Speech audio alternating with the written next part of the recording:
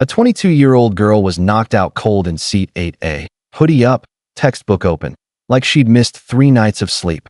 Then the plane dropped so hard people screamed and drinks jumped off trays. A metallic bang hit the body of the aircraft.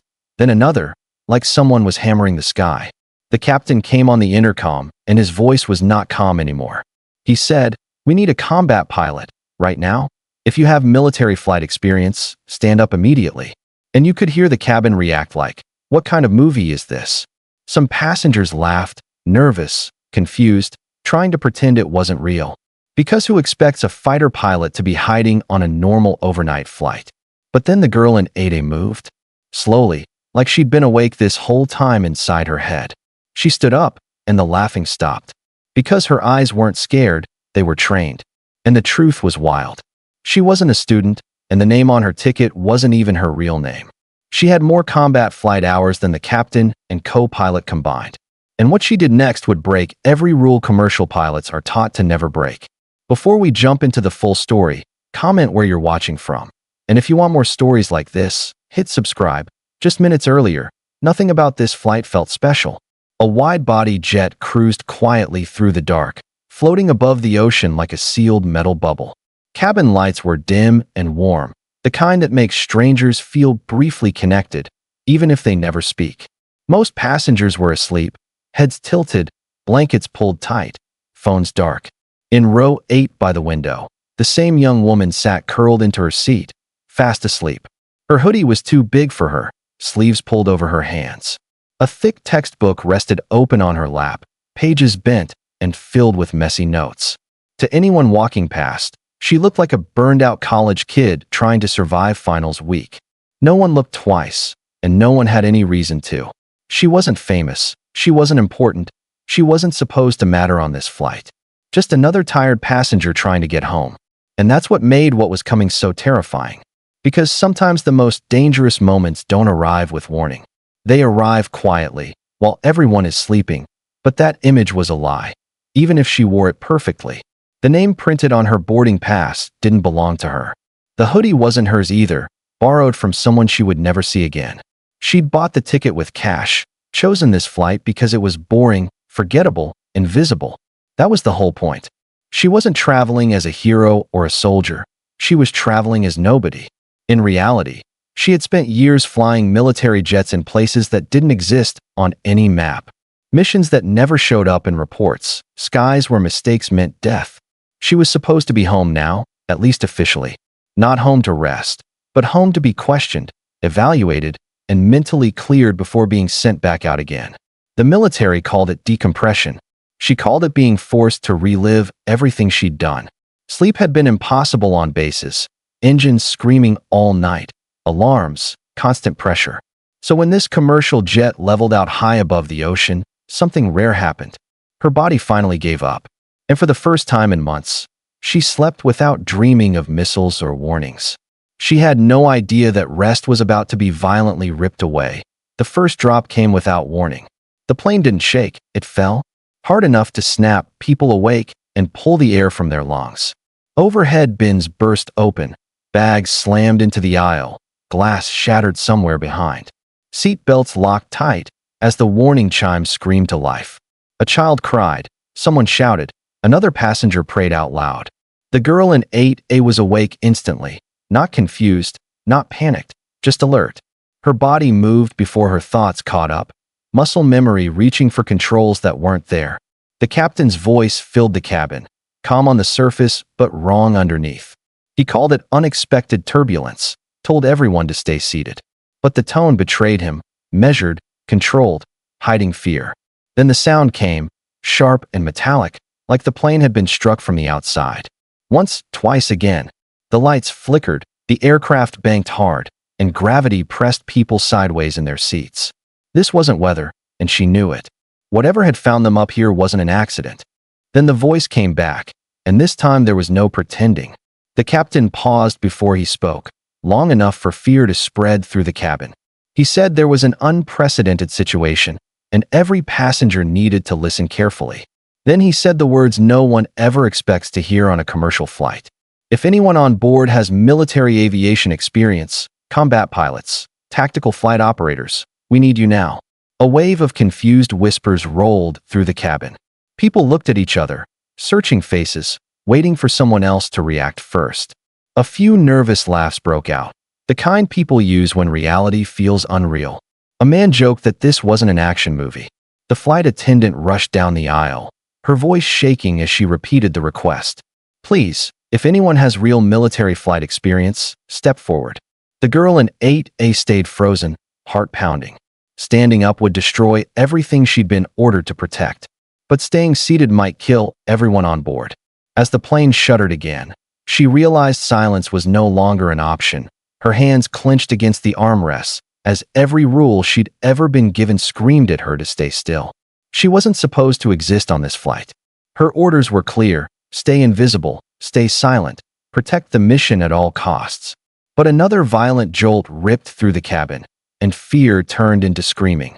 That's when she unbuckled her seatbelt. The click sounded louder than it should have. She stood up, and the aisle went quiet. Heads turned, eyes judging, confused, dismissive. She didn't look like a soldier. She looked like someone's daughter, someone's student. The flight attendant hesitated, almost apologetic, saying she needed someone with real military experience. The girl spoke calmly, steady, like she'd done this before. "I'm a fighter pilot." The words cut through the noise. Gasps spread through the cabin as she gave her rank and credentials, numbers that didn't sound real coming from someone so young. Hope and disbelief collided in the faces around her. The flight attendant grabbed her arm and pulled her toward the cockpit. And as she walked forward, the person everyone thought they understood disappeared, replaced by someone trained for exactly this moment. The cockpit was chaos the moment she stepped inside. Warning lights flashed across the panels, alarms stacked on top of each other, and the air felt heavy. The captain and co-pilot looked exhausted, hands locked tight on the controls. Radar screens showed shapes that should not have been there, fast-moving aircraft boxing them in from all sides. Their radios were dead, jammed so completely it felt like the sky itself had gone silent. She didn't ask permission, she didn't hesitate. She just started reading the situation. They weren't being attacked randomly, they were being herded, forced off their flight path, pushed away from shipping lanes and help. Then the warning shots came, streaks of light flashing past the windows close enough to feel. Missiles, not accidents, not threats, but messages. The captain admitted it quietly. Government cargo in the hold, sealed, untouchable. That's when everything clicked. This wasn't about the plane, it was about what they were carrying. She turned back to the pilots, voice sharp and certain. "If we follow them, we don't land, we disappear."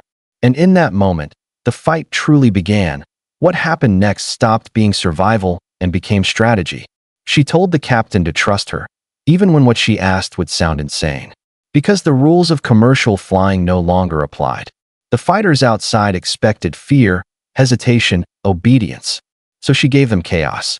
A sudden dive ripped the plane downward, screams filling the cabin as gravity vanished. A missile tore through the space where they had been seconds earlier, missing by nothing but timing. She ordered brutal turns, engine cuts, movements no passenger jet was meant to make. The attackers scattered, shocked that a civilian aircraft dared to fight back. Inside the cabin, help emerged, not heroes in uniforms, but people who refused to sit and wait. A retired military pilot stepped forward, hands steady, ready to assist. Others helped calm the cabin, secure people, follow orders without panic. Then came the discovery that changed everything. Deep in the cargo hold, sealed cases, ticking, heat rising, readings that didn't belong on a passenger plane. The truth hit like ice. This wasn't a hijacking, it was a countdown.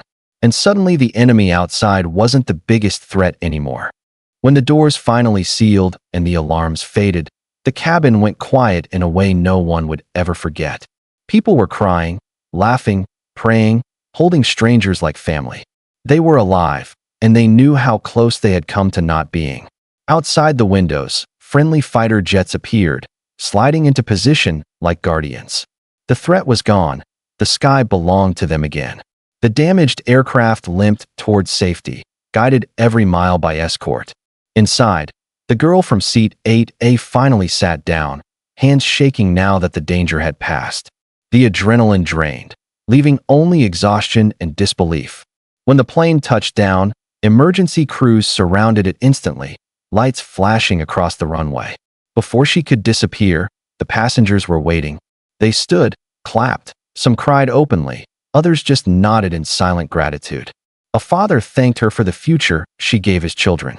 A mother held her baby tighter and whispered thank you over and over. She didn't know what to say, because saving lives had never come with faces before. And before the moment could turn into something bigger, officials arrived and gently took her away. Not as a hero, not as a celebrity, but as someone with questions to answer. The questions lasted days. Closed rooms, serious faces, rules she had broken laid out one by one. Her cover was gone, her quiet life erased in a single flight. But so were the lives that should have been lost, and that mattered more. Higher authorities stepped in, and the anger slowly gave way to understanding. What she had stopped would never make the news, and most people would never know how close the world came to disaster. She didn't ask for praise or medals. She asked if the passengers were safe. They were, because she chose people over protocol. Months later, she stood in front of young cadets, telling them the truth. That orders matter, but lives matter more when the moment demands it. That fear doesn't mean weakness. It means you understand what's at stake. And that being ready is what turns ordinary moments into defining ones.